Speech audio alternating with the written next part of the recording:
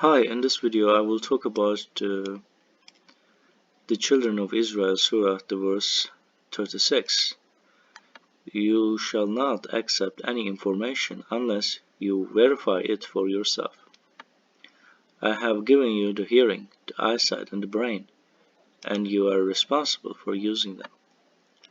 So this verse is very important. Nowadays, the propaganda is very common, and people want to change your perception, your understanding, to make more money, to make profit. So you should investigate things further, and otherwise it will be sin. You can commit a sin.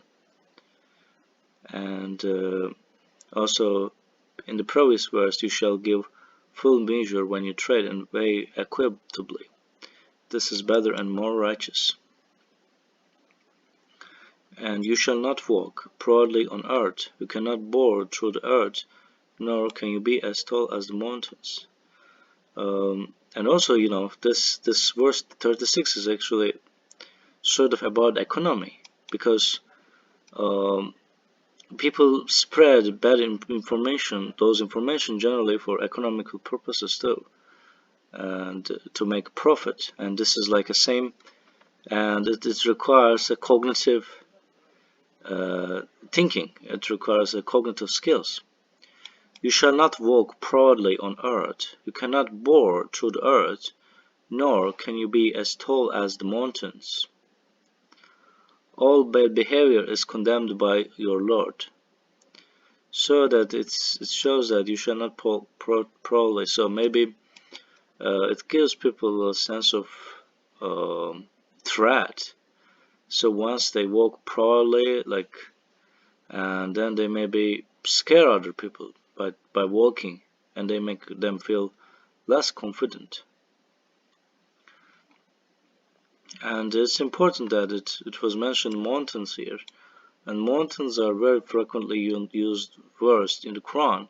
We see that in many verses mountains are mentioned, and mountains are compared and used as metaphor as well. This is some of the wisdom. Let's continue the Surah. This is some of the wisdom inspired to you by your Lord. You shall not set up another God beside God, lest you end up in Gehenna, blamed and defeated. Has your Lord given you boys while giving himself angels as daughters? How could you utter such a blasphemy? We have cited in this Quran all kinds of examples that they may take heed, but it only augments their aversion. Say, if there were any other gods beside him, as they claim, they would have tried to overthrow the possessor of the throne. Be glorified, he is too exalted, far above their utterances. So verse 42 is especially important. So some may claim that there are gods, more than one god or two gods, but they will fight each other to control the world. So that's why it will not be possible, and the world shouldn't have a harmony if the such thing exists. Polytheism is not likely because of it. And let's assume that if there is a polytheism, then there's no point of logic and base the rules anyway. So it cannot be good. So they may overthrow the possessor of the throne. So they fight each other, and also but in fact there are powers beyond us, and there are more powerful angels of God, and they're working for the God. Be he glorified, he is much too exalted, far above their utterances. Glorifying him are the seven universes, and the earth and everyone in them. There is nothing that doesn't glorify him, but you do not understand their glorification. He is clement, forgiver. So this verse actually explains many verses about glorifying God. I remember some animals glorify God in their own language.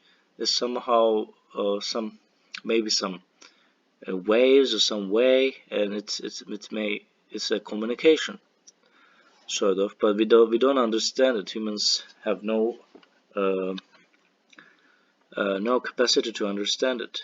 When you read the Quran, we place between you and those who do not believe in hereafter an invisible barrier.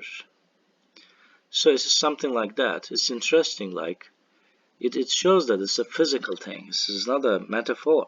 The 44 and 45 says actually shows that God doesn't give metaphor here. It's not a metaphor. It's a real thing.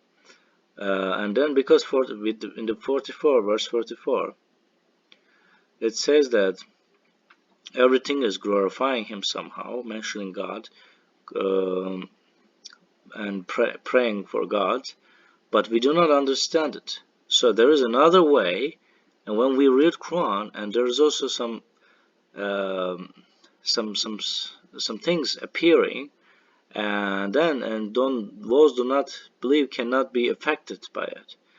They cannot have it. They cannot feel it, and only believers can feel it. We place shields around their minds to prevent them from understanding it, and deafness in their ears. And when you preach our Lord using the Quran alone, they run away in aversion. We are fully aware of what they hear when they listen to you, and when they conspire secretly. The disbeliever says, "You are following a crazy man." Note how they describe you and how this causes them to stray off the path. They said, "After we turn into bones and fragments, we get resurrected anew." Say, even if you turn into rocks or iron. So some people really try to do this, I guess. Even if you turn into any kind of creation that you deem impossible, they will then say, "We will bring us back." Say, the one who created you in the first place. They will then shake their heads and say, "When will that be?" Say, "It may be closer than you think." So this is important. The answer is it may be closer than you think, because once they die, then everything will be over for them. They cannot change their behavior. They cannot be a better person. The day He summons you, you will respond by praising Him, and you will then realize that you had lost it in this life, but a short while. Tell my servants to each other in the best possible manner, for the devil will always try to drive a wedge among them. Surely the devil is a man's most ardent enemy, because the devil's job is to invite them to hell. And that's why this is the enemy. Your Lord knows you best. According to His knowledge, He may shower you with mercy, or He may requite you. We didn't send you to their advocate. Your Lord is the best knower of everyone in the heavens and the earth. In accordance with this knowledge, we prefer some prophets over others. For example, David, the Psalms. So it's important so that we prefer some professor maybe more powerful. Say, implore whatever your idols you have set up beside Him. They have no power to relieve your afflictions, nor can they prevent them. Even the idols they implore, seeking the way and means there toward their Lord. They pray for His mercy and His retribution. Surely the retribution of your Lord is dreadful. So this 57 verse is consistent with the previous verse, whereas the verse about everything glorifies God. So everything glorifies God, so it's consistent with verse 57. Even the idols that they implore, but there is a different context and information consisted here, mentioned here.